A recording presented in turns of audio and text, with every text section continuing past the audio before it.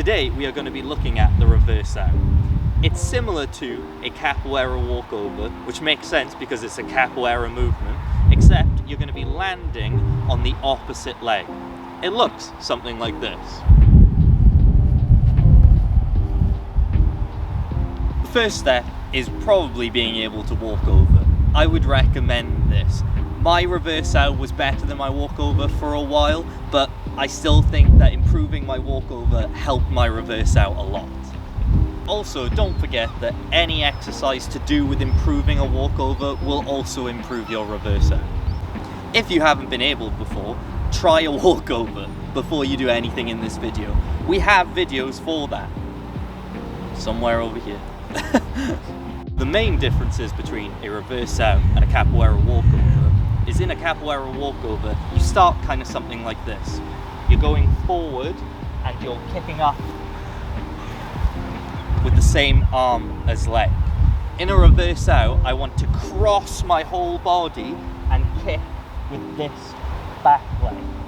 It takes off the same as things like a gumby or anything else in the rights family. You're crossing and you're kicking with the back leg. The next step is just being able to kick up with the opposite leg and land in bridge.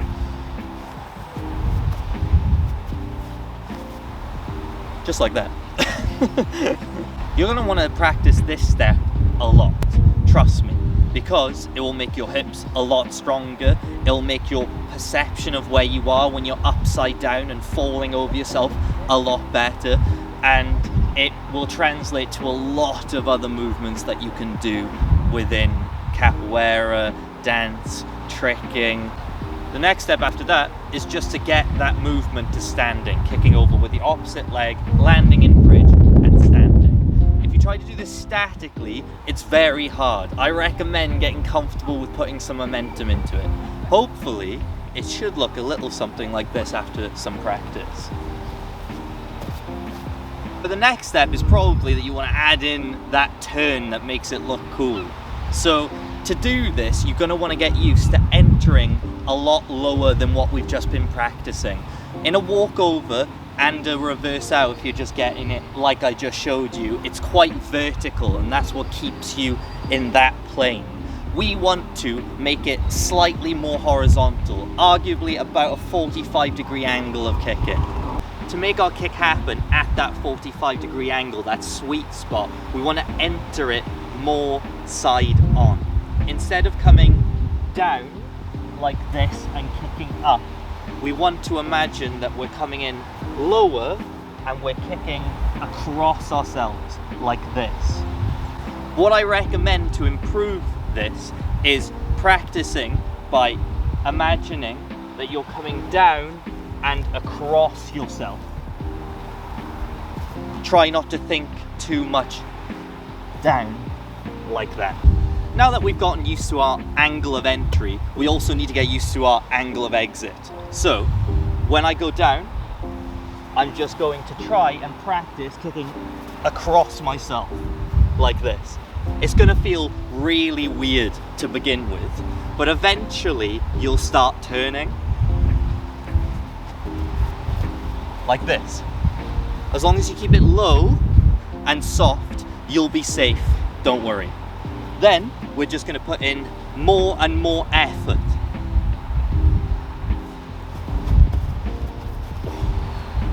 It actually gets easier with more effort that you put in my opinion. Now, if you've noticed, I've been putting two arms down each time. I think that two arm looks nicer and eventually you get a lot more control with it, but for a lot of people I think shoulder mobility might be an issue. It might be a contributing factor to why their Reversao doesn't feel good or look that good. So you can also try it with one arm.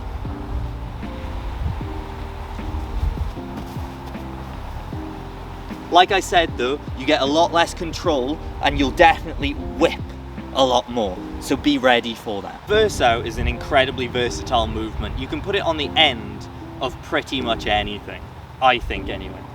Here's some examples of things that you can do into a Reversao to begin with to get you better at doing. The first choice I would always tell people to do is a machine.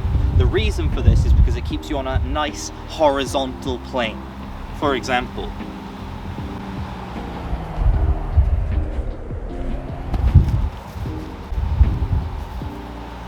the next one is a tricking cartwheel. This one sets you up for loads of things, but in a reversao, it will really help you, especially if you're trying to work on the more vertical one. But if you're really good with your cartwheels and you can change your angles of them, you can also make them more horizontal to help reversaos as well. Just like this.